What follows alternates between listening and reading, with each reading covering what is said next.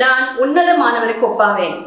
இந்த வசனம், இந்த வார்த்தை வந்து லூசிஃபருங்கிற கேரு வாயிலிருந்து வந்ததாக ஏசாயா 14 அதிகாரத்தில் நம்ம வாசிக்கிறோம்.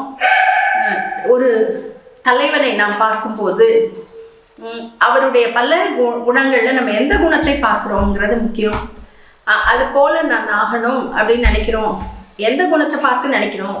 பிதாவை, தேவனை வந்து பார்த்து அந்த கேரு, லூசிஃபருங்கிற கேரு உன்னதமானவருக்கு ஒப்பாவேன்னு சொன்னதாக அந்த இடத்துல எழுதப்பட்டிருக்கு. அவர் உன்னதமானவர் மட்டுமல்ல, அவர் அன்புள்ளவராக இருக்கிறார், அவர் கிருபை உள்ளவராக இருக்கிறார், இரக்கமுள்ளவராக இருக்கிறார்.